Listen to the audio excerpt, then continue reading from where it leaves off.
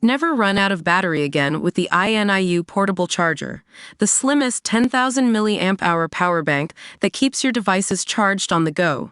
Stay powered up wherever you go. Click the link in the video description to shop now on Amazon.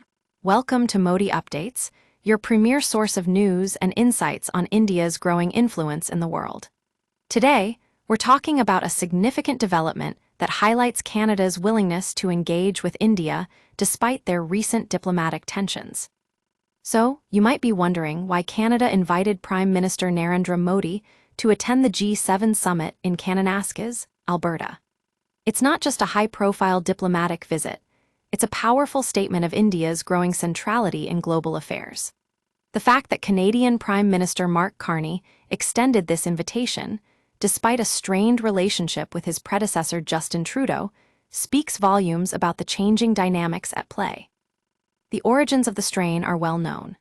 In June 2023, Hardeep Singh Nijjar, a Canadian citizen and Sikh separatist activist, was gunned down in British Columbia.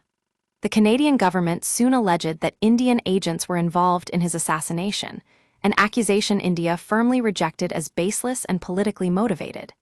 This led to diplomatic retaliation, with high commissioners being expelled, joint operations paused, visa services for Canadians halted, and more. But here's the interesting part. Carney's invitation to Modi is not just a gesture of goodwill. It's a recognition that global strategy cannot afford prolonged estrangement with India. The Indian economy is no longer just a potential market. It's the world's fourth-largest economy, a key player in semiconductor supply chains, and a strategic counterbalance to an increasingly assertive China. For the G7, comprising some of the world's most powerful nations, inviting India is both strategic and symbolic. It sends a message that the West values engagement with large democracies of the global South, especially at a time when Russian aggression and Chinese expansionism continue to destabilize global norms. PM Modi's presence underscores the recognition that India's voice carries weight in shaping the global agenda on climate change, digital governance, energy security, and reformed multilateralism. Canada's decision to invite Modi is not without risk on the domestic front.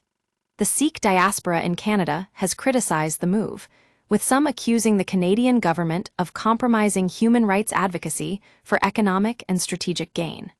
However, it's clear that Carney is playing a longer game, choosing geopolitical necessity over Khalistani pressure.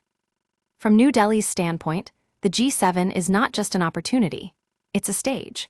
PM Modi's government is acutely aware that in the 21st century, diplomacy is as much about perception as it is about policy.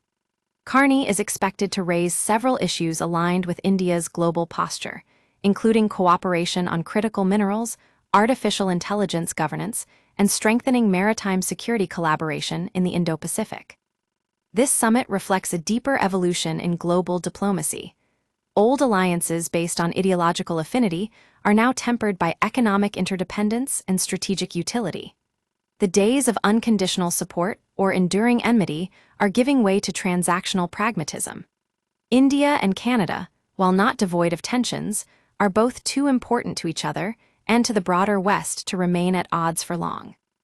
The G7 summit in Kananaskis will not be a celebration. It will be a negotiation, a delicate balance between principle and pragmatism, between narrative and necessity.